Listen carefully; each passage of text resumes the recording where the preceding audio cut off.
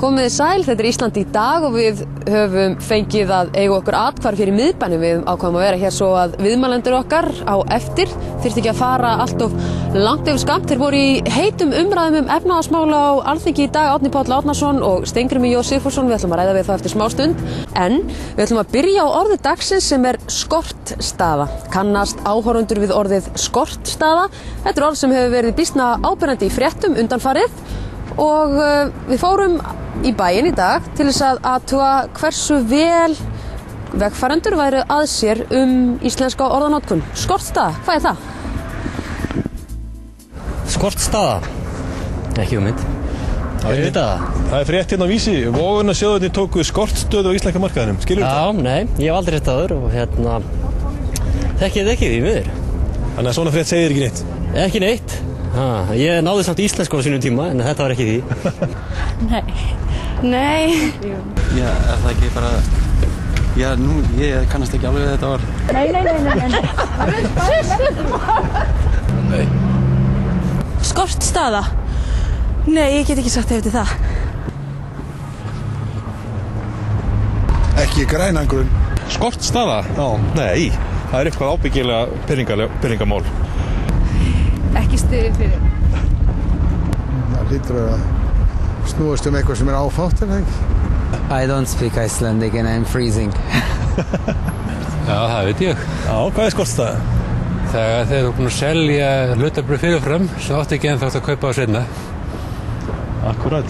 Þannig að þessi fyrirsögn hérna, vogunarsjóðirnir tóku skortstöðu á íslenska markaðinum. Þetta er mjög skiljanlegt. Já, ég skil það mjög vel. Jú, eitthvað hafði nú fyrir sér þessi síðasti það hvað skortstaða væri, en nú skulum við sjá hvað sérfræðingurinn segir.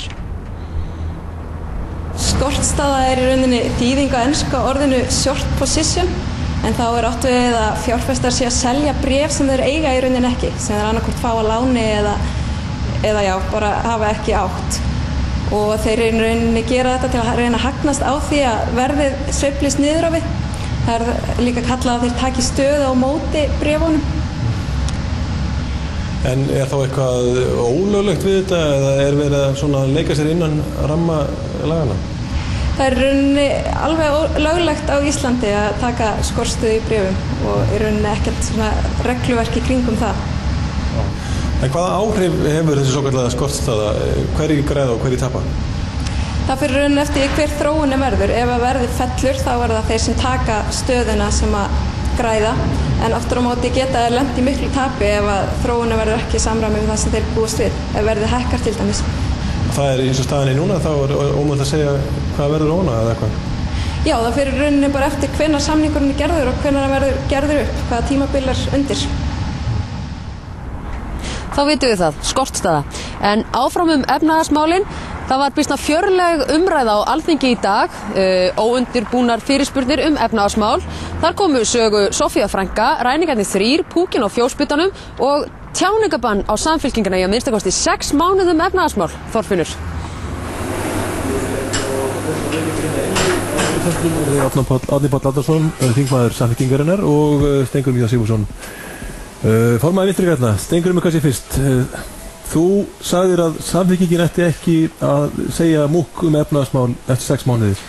Hvers vegna það? Örstutt það? Já, ég sagði einfaldlega, kannski gæti það bara orðið liður í nauðsynlegum ráðstöfunum í efnahagsmálum að biðja Samfylkinguna að fella þetta innistæðulausa evrutal. Auðvitað var þetta ákveðin gráglettni að minni hálfu en á bakvið svo alvarlegi undirtókn að við þessar aðstæður núna þá þurfa menn umfram allt að stilla saman strengi og tala einum rómi og það finnst mér ríkisstjórnin ekki hafa gert. Síðast á föstudaginn þá kemur viðskiptaráðherra út af ríkisstjórnarfundi og er það enn uppi með talið að það komi til greina að tengja krónu við evru. Segir svo að vísu að það hafi ekkert verið rætt í ríkisstjórninni. Að tala þessu tægi, það hjálpar ekki til. Er þetta ábyrgðarlaust, Árni Páll, að tala evru, það er ljóst að það mun taka langan tíma ef það verður gert að fara í Evrópusambandið og svo framvegis. Á ekki að leysa málið núna? Það er auðvitað að leysa málið núna, en það er náttúrulega bara kjánaskapur að halda að menn megi ekki tala grundvallar veikleika í efnahagskerfinu og það er grundvallar veikleiki í efnahagskerfinu hvað gjaldmiðillinn er smár og auðvitað tölum við það eins og allt annað. Hins vegar er það alveg ljóst að ríkisstjórnin er algjörlega einhuga þau verkefni sem þarf að vinna núna. Það þarf að standa vörðu Seðlabankann, það þarf að reyna að standa gegn hrinu-verðhækkana og það þarf að tala kjark í fólk til að standa á móti innistæðulausu verðbólgutali og í því skiptir máli að allir vinni saman og leggist á árarnar. Steingrímur, aðeins meira evruna, ég meina, er ekki þó að þið ætlið að leysa málin núna, er ekki sjálfsagt að tala samt Evrópumálin í leiðinni? Jú, en það ákveðlega óheppilegt að vera uppi með tal að gjaldmiðlinn sé á lítill og veikur og verði ekki búið við hann til frambúðar akkurat á þeim örlagaríku sólarhringum sem við þurfum að gera allt sem við getum til að styrkja hann og það er það sem við höfum verið að gagnrýna. Það er vissulega rétt og það er fagnaðarefni að núna eftir páska örlar fyrir því að ríkisstjórnin sé komið með meðvitund í þessum efnum. Hún er farin að taka undir tillögur okkar í efnahagsmálum sem við kynntum 7. mars og fluttum í frumvarpsformi sem var dreift fyrir páska að styrkja gjaldeyrisvarasjóðinn, auka eigið fé Seðlabankans, að dýpka og örva skuldabréfamarkaðinn. Menn eru búin að gera svona örlítið í þessa átt en betur má ef duga skal og það sem er grætilegast er það að tillögur sem hefur kannski dugað fyrir 3 vikum til að ná verulegum tökum á ástandinu, þær eru núna orðnar erfiðari, dýrari og það þarf sennilega meira til. Árni Páll, er Samfylkingin að klúðra efnahagsmálum? Það er mjög mikilvægt að hafa í huga að við auðvitað tölum efnahagsmálin eins og þau eru og það sem að ríkisstjórnin hefur verið að vinna á undanförnum mánuðum er að sjálfsögða leggja grunninn að verkefnum og það er nú ekki eins og Steingrímur hafi fundið þau upp að þetta styrkja gjaldeyrisvaraforðann. Ég minni nú bara á að forsætisráðherra lýsti því á viðskiptaþingi í 13. febrúar þannig að hann var nú löngu undan og Samfylkingin gerði nú grein fyrir því fyrir síðustu kosningar að nákvæmlega þessi staða gæti komið upp vegna þeirra ofþenslu og ofspennu sem var í hagkerfinu. Þannig að við höfum nú verið að vara við þessi meir en ár þessi ástandi. Það sem hins vegar er grundvallaratriði, já, og það sem er grundvallaratriði og ríkisstjórnin er að vinna, hún hefur unnið mjög náið með Seðlabankanum og bönkunum undanfarið að því að ræða lausnir á málunum. Það er líka alveg ljóst að menn hafa vilja forðast það að gefa út einhvers konar panikviðbrögð, menn vildu fara agað og yfirvegað í málin og ég held eins og að staðan sé sú í dag að það sé nauðsynlegt að taka mjög afgerandi hætti á þessum málum, koma mjög skýrt fram og það er það sem ríkisstjórnin er að gera núna og það er alveg skilaboð sem koma frá forsætisráðherra á föstudaginn og ársfundi Seðlabankans og svo aftur frá utanríkisráðherra í ræðu hennar á flokksstjórnarfundi Samfylkingarinnar í gær. Það er þá að koma ykkur að verki átni. Ég meina, fyrir páska kemur Geir Haarde út af ríkisstjórnarfundi stattur í ólgu sjónum miðjum þegar að bæði gjaldeyririnn og hlutabréfin sveifluðust meira en nokkru sinni fyrir sögunni og segir að ríkisstjórnin sjá ekki ástæðu til aðgerða. Já, á sama tíma þá lagðið þú til norska krónu, hérna norræna krónu. Nei, eftir páska. Ég meina, þú verður nú líka, þú þurfa að þola það Steingrímur, að maður rifji upp það sem þú hefur nú sagt með skálegt og þessi mál. En það sé rétt í mig vitnað. Þannig að, já, en það sé rétt í þig vitnað og það reyni ég að gera. Og það sem hins vegar er alveg ljóst er að ríkisstjórnin hefur tekið mjög skýrt á þessu máli. Hún er að vinna með Seðlabankanum að lausn málsins og í nánu samráði við fjármálastofnunina. Ríkisstjórnin sé einum að halda það að hún hafi tekið skýrt á þessu. Það er það sem ríkisstjórnin þarf að gera af því að það er mjög mikilvægt að við stöndum saman það núna að hrinda þessari árás og þess vegna skiptir mjög miklu máli að við komum saman sem einn maður í þessu máli og við undirstreikum styrkleika Íslands efnahagslífs sem eru mjög margir með því að tala um að krónasjóði. Hvað er norræna krónan? Ég langar að spyrja ykkur báða vegna þess að málsefjandi í dag var Guðni Ágústsson. Hann nefndi það annars vegar að styrkja að standa vörðum íslenska landbúnað og ekki kemur til greina að fella niður tolla eða lækka gjöld á innfluttu kjöti og svo framvegis og svo annað að það eigi að fara í álvegsframkvæmdir og með ekki blása þar af. Hvað segir þið um þetta? Varandi, ég er sammála Guðnum það er náttúrulega eins og hverjum vitleysa og þjónar engum tilgangi að fara að rústa núna tiltekna greinar íslensks landbúnaðar.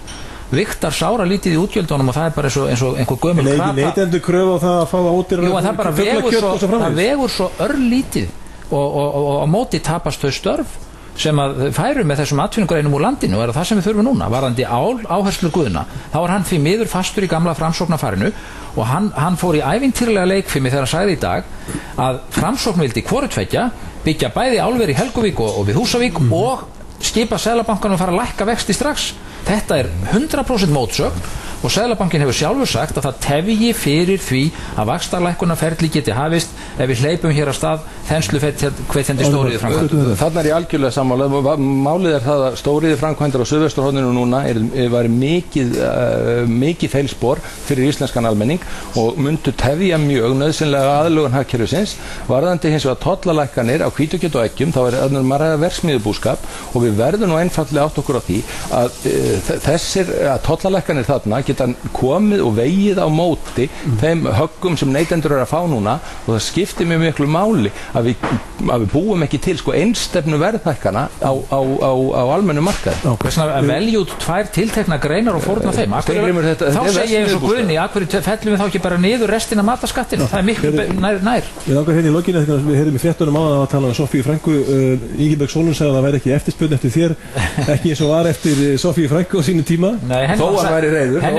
Þess vegna var henni rænt en ekki þér. Sofíu var nú samt rænt en svo kom Guðni og sagði að þetta væri akkúrat öfugt því það væri raun og veru Geir Haarde sem hefði verið rænt og hann væri fangi Samfylkingarinnar í núverandi ástandi og kæmi lítið frá honum og ég get svo sem tekið undir það en hvor okkar á meiri rétt á því að teljast Sofía Frænka, það er nú ekki að fara að standa í deilum. Hver eru ræðingetið því? Ég held að þegar maður passa að tala ekki í ofmiklum galsa þessi mál, við þurfum að horfa á það núna að það skiptir mjög miklu mál að senda þau skilaboð út sérstaklega til fyrirtækja sem eru farin að tala eins og óábyrg fyrirtæki töluðu fyrir áratugum síðan endalausa verðhækkanir sem að leiða síðan til mikilla þrenginga fyrir heimilin í landinu, menn verða aðeins að hemja sig þó svo þeir hafi góðar ástæður til að hækka, þá verðum við að höfða til fólk sem að bíða og slaka á og anda onni kviðin.